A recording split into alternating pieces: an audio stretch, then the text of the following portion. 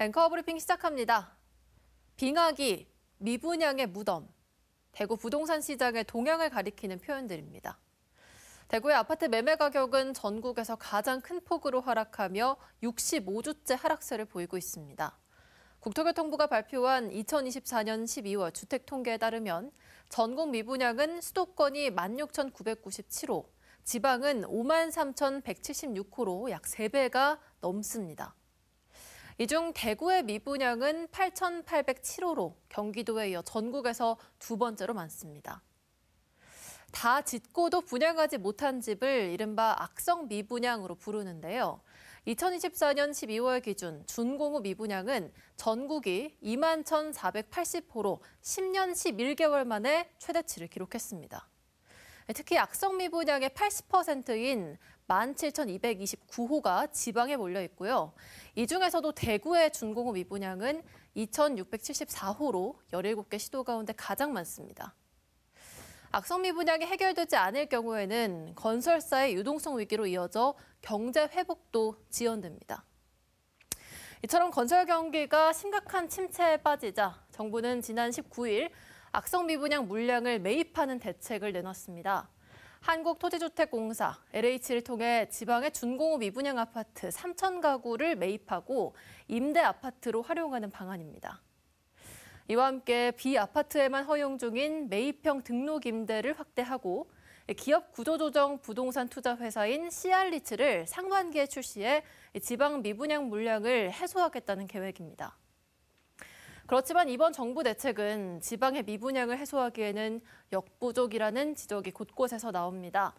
당초 여당에서 비수도권에 한해 총부채 원리금 상환 비율, DSR 규제를 한시적으로 완화하는 방안을 검토해달라고 요청했지만 금융위원회는 정책의 신뢰성 우려가 있다며 거듭 반대 의사를 보였습니다. 전문가들은 부동산 정책의 실효성을 높이기 위해서는 수도권과의 격차를 고려한 지역 특성을 반영한 접근이 필요하다고 강조하고 있습니다. DSR이란 뭐냐면은 소득이 많은 사람이 집을 사야 된다. 이런 정책입니다. 근데 어떻게 보면은 지금 부동산 경기도 어렵고 무주택자가 그다음에 소득도 높지 않은 사람이 집을 살 수 없는 이런 환경이에요. 그렇다고 하면은 이 부동산 시장이 침체되어 있는데 이것을 좀 더 활성화하려고 하면은 핵심이 뭐냐?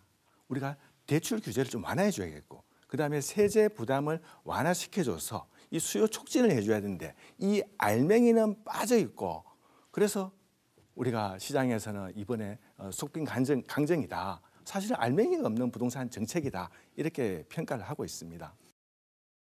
부동산 시장으로 자금을 유입시킬 수 있는 어떤 선순환 구조를 만들기 위해서 기관 투자자나 또는 이런 다주택자들에게 세제 혜택이나 대출 규제를 완화해 주는 것도 좋은 방법은 될 수 있다고 생각합니다. 다만 이런 쪽으로 너무 치우치게 되면 대구 지역의 주거 양극화는 더 심화될 수 있다. 그래서 이 주거 양극화를 조금이라도 억제하기 위해서는 주택을 소유하지 않은 주택을 소유가 아닌 어떤 거주의 관점에서 좀 바라볼 필요가 있다. 그러면 무주택 기간이 오래된 실수요자들이라든지 또는 질적 욕구를 충족하지 못하고 있는 주택에 거주하는 1주택자들이 주택 시장 문턱을 조금 더 높은데 이걸 좀 낮춰줄 수 있는 이런 핀셋 대책이 정말 필요하다. 실수요자들의 어떤 구매 능력을 좀 고려한 지역형 대출 상품을 출시한다든지 또는 그들만을 위한 어떤 지역형 세제 감면 대책 그리고 대출 규제의 예외 규정들도 좀 적극적으로 펼쳐야 된다고 생각합니다.